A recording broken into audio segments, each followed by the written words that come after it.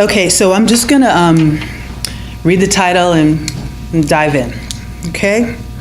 This poem is called Mean to an End. My good morning to the bus driver is met with tight lips, refusing to let civility come forward and meet me halfway.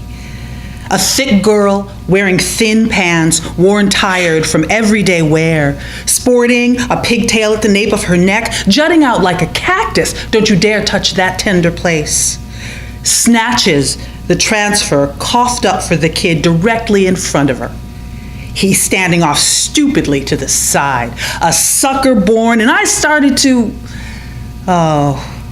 who am I kidding? I keep my mouth shut, forgetting all the good revolutions begin with poets. What a punk. The driver pushes a button, spits up another transfer.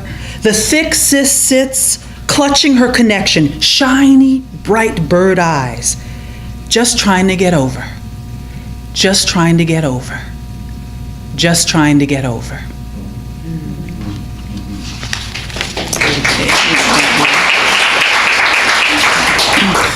Royalty rides the rapid seven. The Queen rises to the occasion of travel cross town, eyeing her people with wary care as the kneeling bus dips down. With easy command, she reprimands the driver, his slight unknown to him. Tossing her transfer, he looks down. Black-brimmed crown, ashy hands, a long-lost smile, a kingdom flush with mobile acreage. At the mouth of the river Thorazine, she sits down. She creates a community when she finally exits at the rear. Silently pleading for our allegiance, we poor peasants avert our eyes. She steps down. Long live the Queen. A mantle of expletives round her shoulders match her crown of thorns. Her people's prayer. There, but for the grace of God, we all fall down.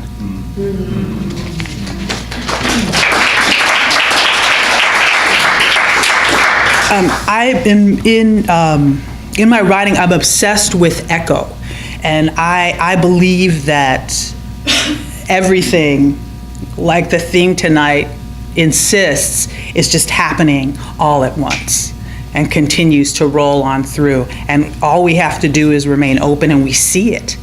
We see things come back at us the same way, and we have another opportunity to move them forward or step back, whichever we prefer. So this is Nita Grows.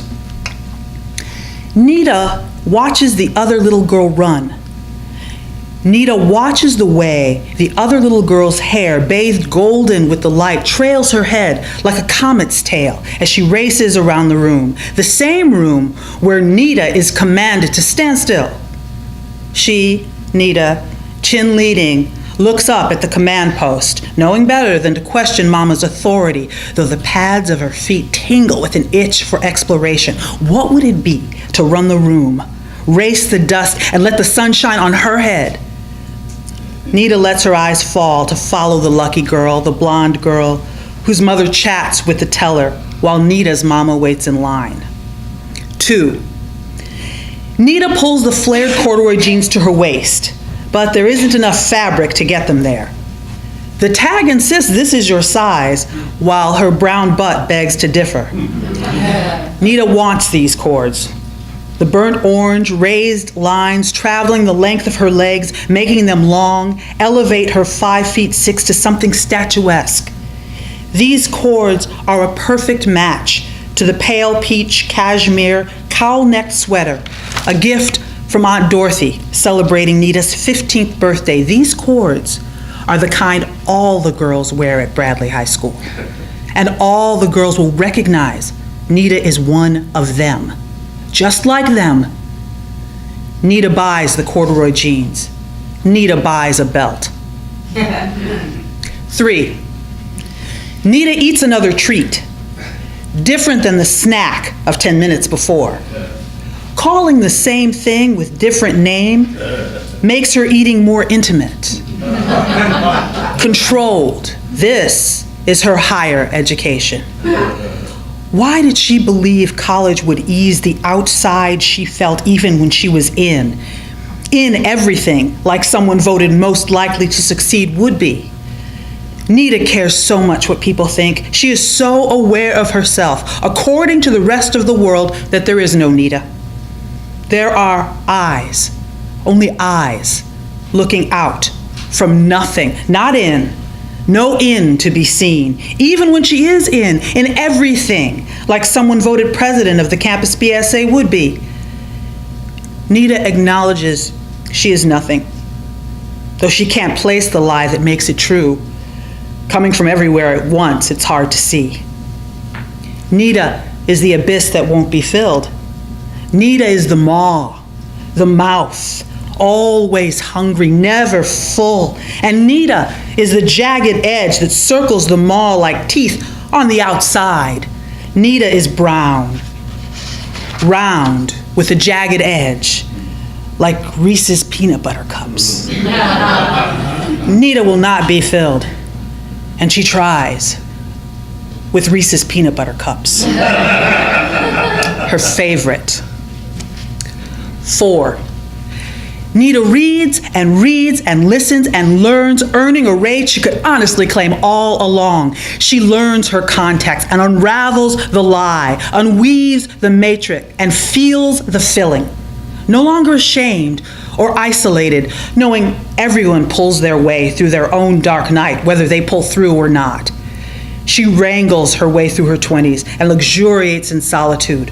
One day, she may let someone in when she wants to. Nita reads, and a shadow falls across her book where her hands rest, ready to turn the page. Even in the shade, surprisingly, she feels the warmth of the sun and looks up into eyes that have been looking for her all along.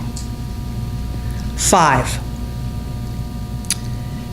Nita hesitates, then unwraps the moment like a hard candy to suck on the very idea that she would hesitate to tell him the two of them are having a baby.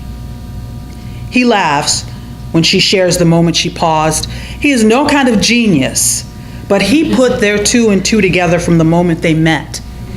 He is no kind of fool either, and knows the fear that snakes into a mother's heart when she can't protect her child if the wild world wants her, or him, especially a him. He knows all about that. The fear gives everybody pause. They ease into marriage, talk with giddy dark humor, the true and false paranoia of life on and off the plantation. So good to have each other. They rent a small house with a backyard that slopes down to the woods. The TV broke, they straight up woke. No more bad and crazy news, silly stories about the end of the world where you can't tell the difference between fact and fiction and no one seems to mind. Nita grows a garden for entertainment, and they are no longer a little afraid of the woods or the night. Old fears, cell deep, let go. Nita's hands rest in the dirt, ready to feed the world. 6.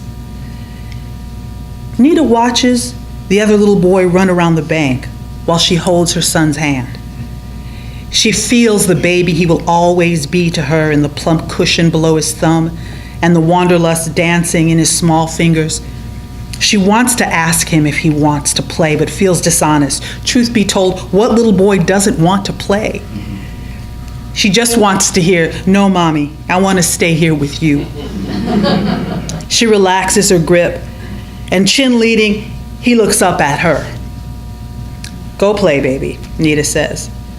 Nita watches him run, the way the light playing peekaboo with the light softness of his hair, making a halo of his fro. Old fears, cell deep, let go. Nita stands still, smiling, turning, when the teller asks, "You're next, ma'am. How may I help you?"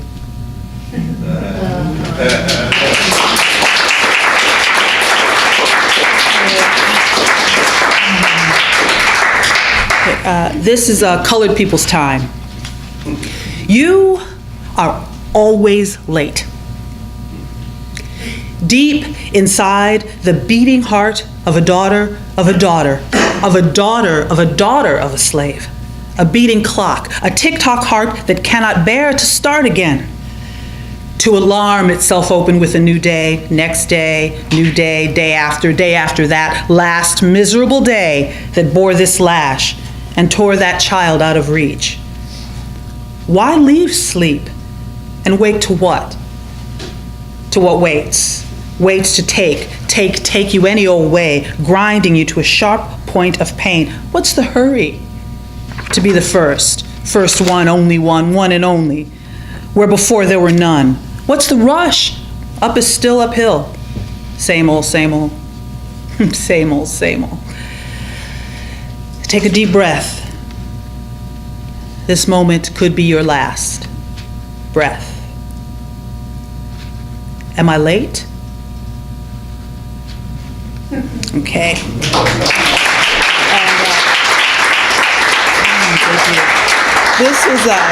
This is the last poem, and tonight the title of this poem changes with every reading. One place to another is one place like the other once you get there.